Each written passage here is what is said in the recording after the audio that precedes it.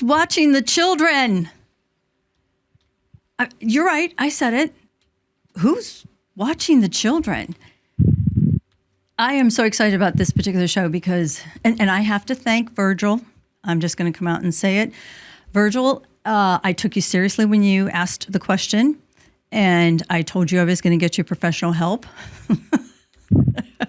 But then a young lady by the name of Danielle also called in and said, hey, here's a topic that we're really struggling with.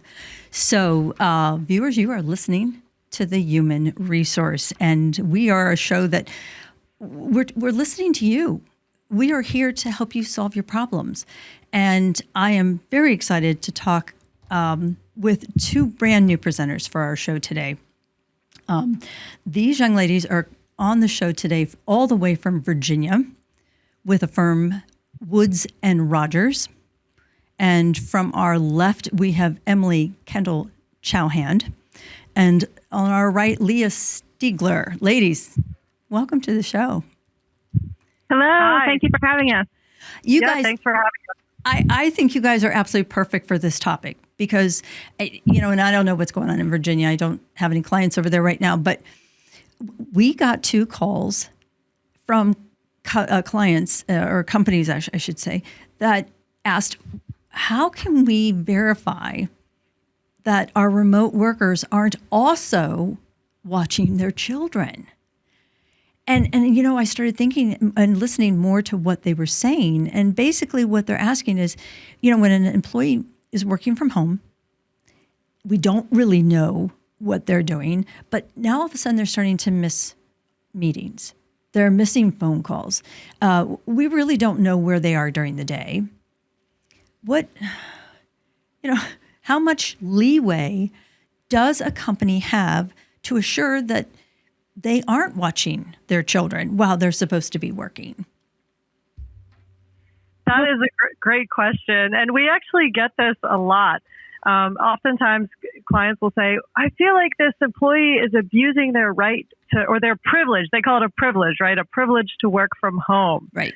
And they're disappearing, especially around 2 to 4 p.m., right? When school buses drop their kids off. How do we control that? Or can we control that? And can we have an express policy? And our main question, and Emily, feel free to jump in, is this really a problem? Like, is the problem that they don't have childcare, or is your concern that their performance is failing? Like, let's make sure we're identifying the problem the right way. Yeah, I think, Pandy, you hit it on the head when you said it came to light because the employer noticed there was a performance issue, like they were missing calls, they were missing meetings, and then you try to get to the bottom of it, and you start realizing that they're doing 2 jobs because watching kids is a job, and they're doing that at the same time. And that's when I think you start addressing it. I would hesitate to really come at it from the angle of like you having your children there is an issue. That is the issue, but it's kind of a symptom. The root issue is they're not meeting our expectations. And so that's what you want to address. I mean, you have the same issue with work from home employees on a variety of fronts. Like you said, it's really hard. You can't control the environment. And so it all comes back to setting expectations that you are wanting them to perform to standards no matter what else is going on at home. And so that probably means removing the children from their house if that is the issue. Well, and Emily, come on now. We've told them through the pandemic that as long as you get your work done, we're not going to worry about it. We understand that there are different time frames and timelines throughout the country. And again, we had employees that just up and left Ohio or Virginia and moved to California or to Texas. So there are so many challenges with that alone. And besides, are we really going to be concerned if they're going to go to a soccer match or if they've got swim lessons or, that they want to spend a little bit more bonding time with their kids? Yeah, that's really where we're coming down on this, right? It's the real issue is performance management. So our take is we tell clients all the time, pick your battles. If you've got an employee who's getting all their work done, right, the benefit of working from home is the flexibility to perhaps be able to leave, take a kid to a soccer match, come home in the evening and open up the computer and check emails after hours. But if you start to see a performance issue, that's when we say, okay, that's the next step there would be to investigate, where's this performance issue coming from? And is it actually childcare related?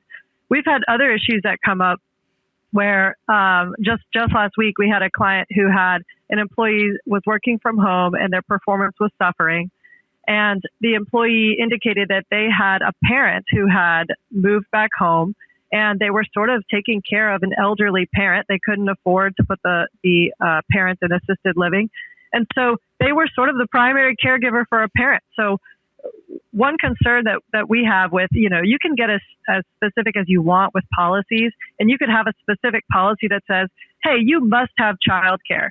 But is that really going to address the problem? And how long is that policy going to be? Because at that point, you're going to have to say, you must also have caregiving support for your adult elderly parents, and the list could go on. Well, and remember, a lot of these people, especially since 2019, 2020, they were hired with the understanding that an essential work function did not include working in the office. But none of us ever even thought that as soon as the schools all went back into place and that the daycares all opened up on a more regular, consistent schedule, we never thought to even think that they would just be so relaxed and comfortable that they would keep the kids there at home. But it's become a huge cost savings as well. How do we deal with that aspect when we've been kind of wishy-washy with the standards to begin with?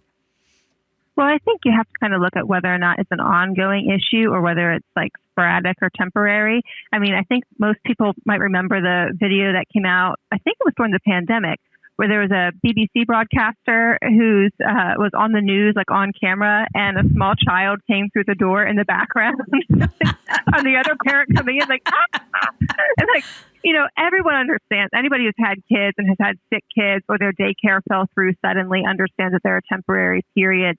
But, I think when employers said, we're going to let you work from home, we're going to allow you to move to a different state and keep going,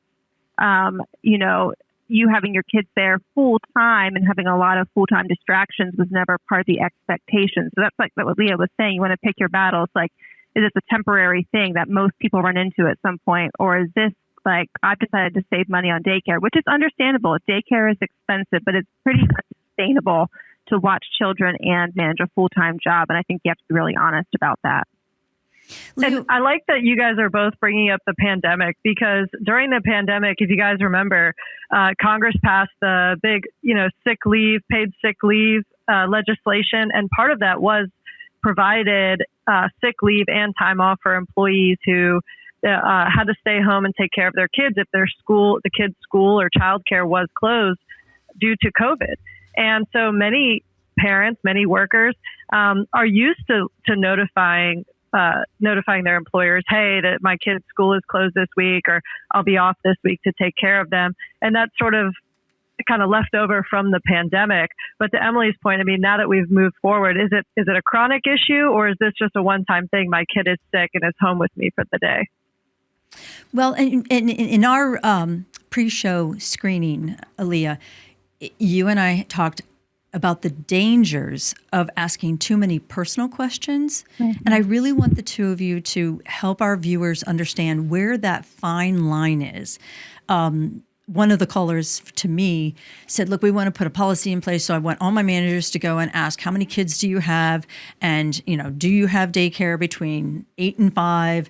And, can you guarantee us that they will be? And I went, oh my gosh, no. So take it from there and work through that scenario of what would be best practices for gleaming the information we need, but not crossing that line.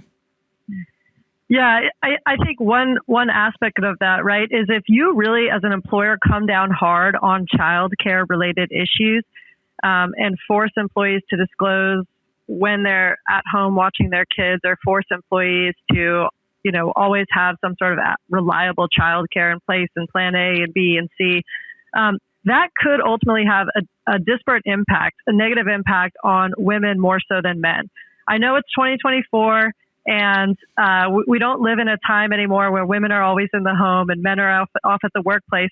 But I do think that there could be some argument, whether EEOC takes a position or not, that a rule like this or sort of cracking down on something like this would more disproportionately impact women when, for instance, there may be other distractions at home that are bigger players, such as Netflix, puppies. If you've ever had a puppy, I recently got a puppy. Oh my gosh. It's like every 5 seconds you are distracted taking the dog out, right? So absolutely, I think if employers have to be careful of the legal implication of that you could have a discriminatory impact on women or a particular group of individuals. Yeah, and that's why we're emphasizing the performance issue. It's it is also a form of protection for the employer to be able to come back and say, this is the objective metric that we apply to everybody. This is about whether it's kids or a dog or, I don't know, you're trying to say that you're working from a beach somewhere and we can hear the seagulls and Yeah. It's like you bring it back to the performance issue because that protects you too. I would say to people who who absolutely want to have something in writing, our take is a good practice is to have a work from home policy. And in that policy, specify that employees working from home must meet the same performance expectations as they otherwise would working in an office. And this is despite the typical work from home distractions, whether it's a sick kid, whether it's a puppy, whether it's the maintenance or electrician coming by. And so you can kind of list it out there, right? Like despite having, children around or inadequate childcare or something. And then you address it from a performance problem. If the employee's performance is failing, then you come in. Yeah, let's remember too, how did you hire that individual? What was the conversations you had with that individual when you first brought them on? Did they agree to be on site in the building, which ultimately would automatically mean that they're going to have daycare? Because we're changing availability or changing terms of employment if we go outside of what we originally agreed on. And sometimes that gets blurred. And so much has happened, and people begin to think, oh, well, that's not really what you meant, or I don't want to go back to that. So very quickly, give us 3 major things that individuals can put into a policy that, because I'm just going to say this here real quickly. I'm very concerned that this is going to lead to a bias. And the viewers who have listened to the show have talked to me or listened to me talk about the Walmart case where the individual was prevented from talking about or even interviewing for a promotion because she was a single mom. And Walmart just came out and said, well, we didn't think she would want to dedicate or grow her career because she's got these distractions with the kids. Well, I could easily see that mentality grow if people start going, oh yeah, I asked her the other day and she's got 4 kids and, or she's got her elderly parents living with her now, or her, laugh with me because you and I were talking about this. The adult child has moved back in, and oh, by the way, they've brought in their child. These are real life situations, but they create bias. So if we're going to have a policy, what 3 things should a company be thinking about? Well, number one, I think you hit it right there. Is our policy, whether it's fair and neutral on its place, that everyone must have adequate child care, but does that disproportionately impact someone in a protected class or a protected class, and which potentially could be a violation of any sort of anti-discrimination law, whether it's women more so than men, or in some states, being a parent or single parent or not having kids versus having kids is an actual protected classification. So that's one.